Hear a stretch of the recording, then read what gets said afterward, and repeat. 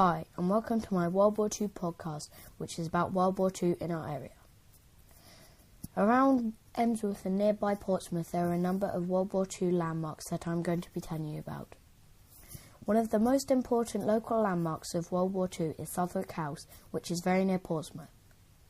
In 1944, the main Allied commanders made their plans for D-Day in Southwark House. Inside the house there's a map which was used for D-Day planning. The workers who made the map were from a toy company. When they delivered the map, they were not allowed to go home until after D-Day had finished, just in case they told anyone what they saw. D-Day was when the Allies sent 150,000 men to northern France in secret to attack the Germans. Another important landmark in our area is Thorney Island. Nowadays it's an army base, but during World War II it was an RAF base. Bombers from Thorney Island were used in the Battle of Britain in 1940. The Battle of Britain was when the Royal Air Force defended Britain against the German Air Force.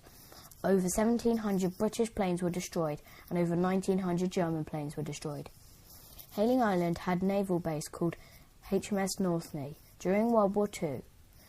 This was used for training soldiers and landing on the beaches in France for D-Day. Hayling Island was also used for building sections of Mulberry harbours. These were giant man-made harbours which were towed all the way to France. They were made all over England and collected at Langstone Harbour near Portsmouth to get ready for the journey. Hayling Island also had an anti-aircraft gun site and its very own top-secret forces unit called the Combined Operations Pilotage Parties. The city of Portsmouth was very important during the Second World War. It was where the naval base was located. The Royal Navy maintained the ships and trained the soldiers there. Portsmouth had many military bases during World War II that aren't there anymore. Even Gunmore Keys, which was called HMS Vernon. HMS Vernon was where the Navy researched mine warfare.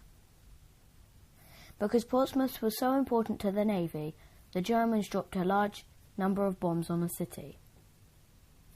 6,500 houses were destroyed. 1,900 people were killed and many injured. In the worst night of bombing, 170 were killed and 3,000 lost their home. The Royal Air Force also had important World War II bases nearby. One at Goodwood called RAF West Hampton and one at Tangmere. These were very busy during the Battle of Britain because Spitfires and Hurricanes were based there. You can still see Spitfires flying over Emsworth sometimes. Finally, the closest base to our school is Hollybank Woods, where you can find the remains of an old building which was used by the Canadian Army when they were preparing for D-Day. They built this camp in the woods so that German planes would not see it and to help keep D-Day plans secret. As you can see, there are lots of World War II landmarks in our area. Perhaps you will discover some that I haven't mentioned in this podcast. Thanks for listening.